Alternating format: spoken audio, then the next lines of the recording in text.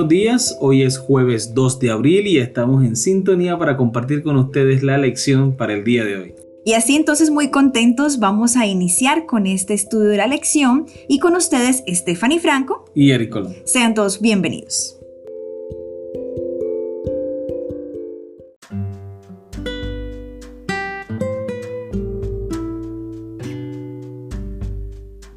Muy bien, vamos a iniciar con nuestro estudio de hoy. Se titula El poder transformador de la palabra de Dios.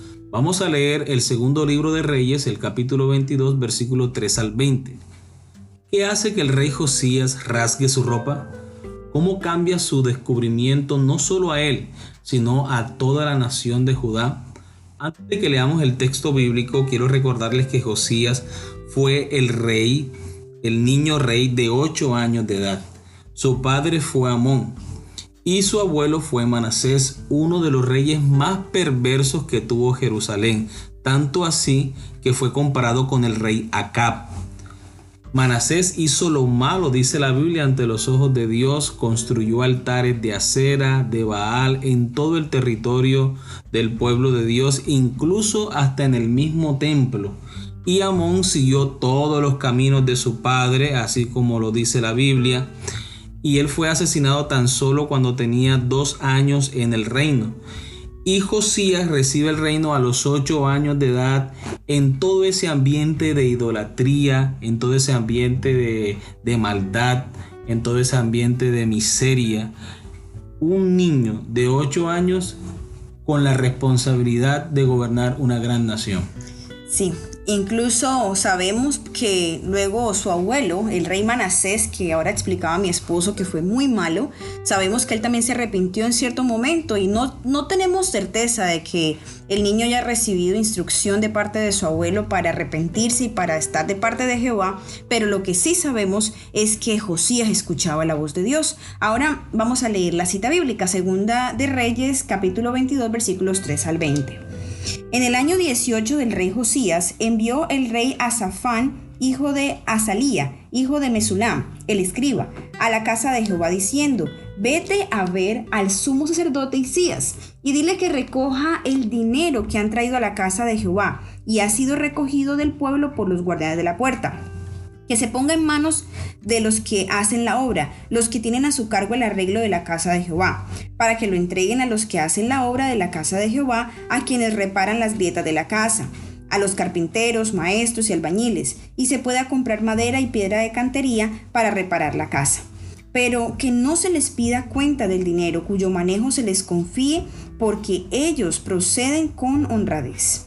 Entonces el sumo sacerdote Hilcías dijo al escriba Safán: he hallado el libro de la ley en la casa de Jehová.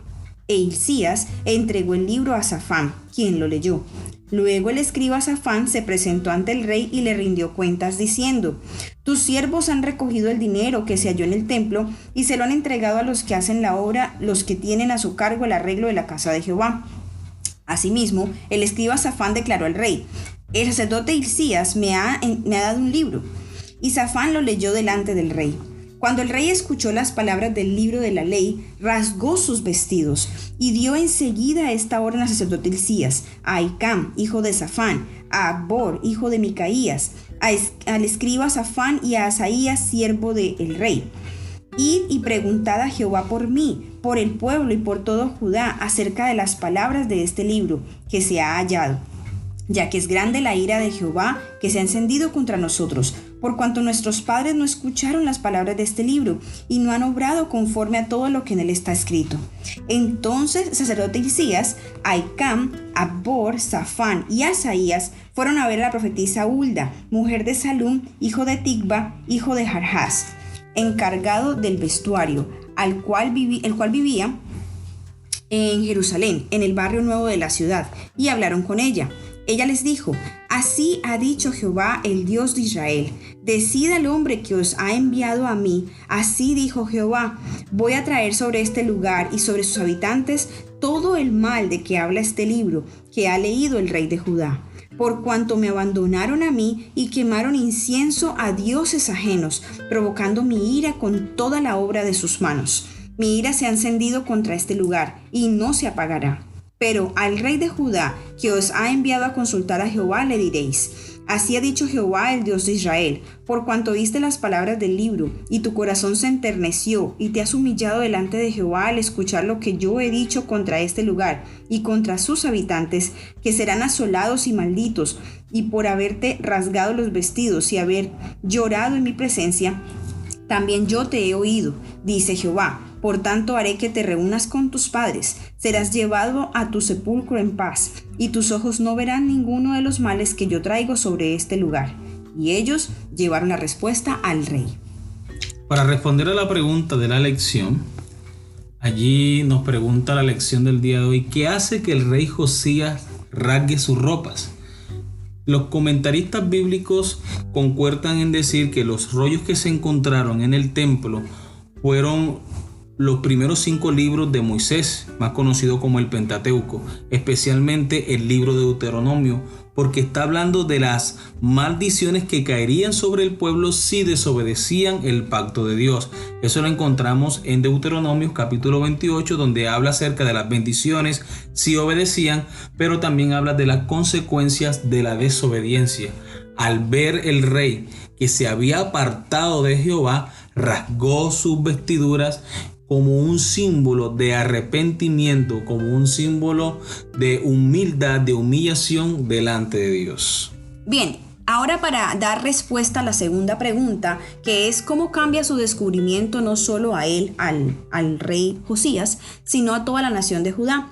Bueno, después de esta manifestación de dolor, de arrepentimiento de parte del rey Josías, en el capítulo 23, si seguimos leyendo a partir del versículo 4, vamos a encontrar algunas de las transformaciones que esto causó, y eso lo podemos notar en todo lo que el rey empezó a hacer.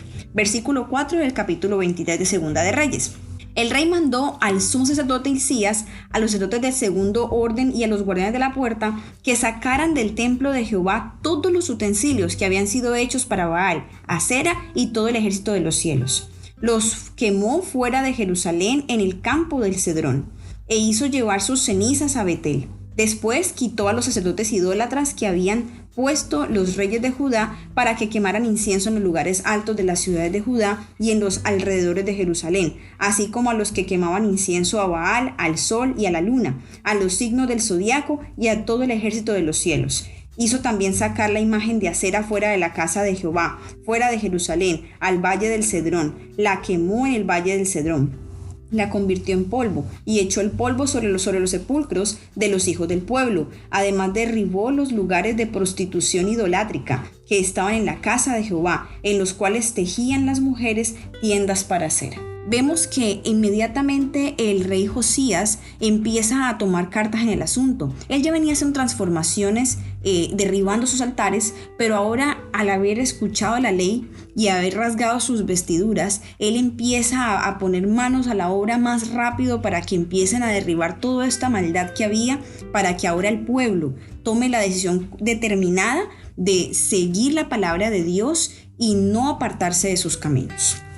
Muy bien, quiero compartir con ustedes una película acerca del rey Josías que vamos a compartir en las redes sociales para que en estas vacaciones forzosas nos podamos sacar el tiempo y la podamos ver juntos. Sí, es una película excelente, súper recomendada y nos ayuda mucho a entender un poquito acerca de lo que pasó con Josías.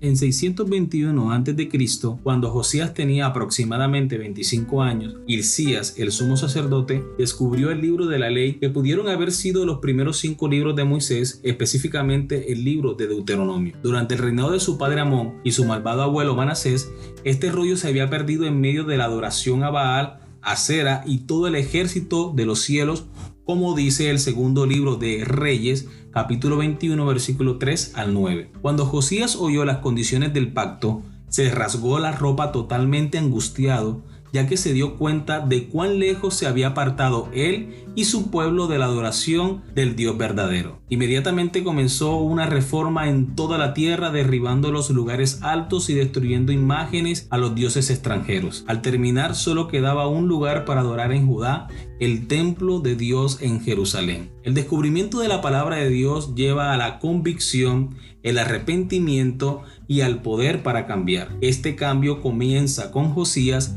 y finalmente se extiende al resto de Judá. Bien, continuemos. La segunda pregunta es, ¿cómo nos garantiza la Biblia que tiene el poder de cambiar nuestra vida y mostrarnos el camino de la salvación?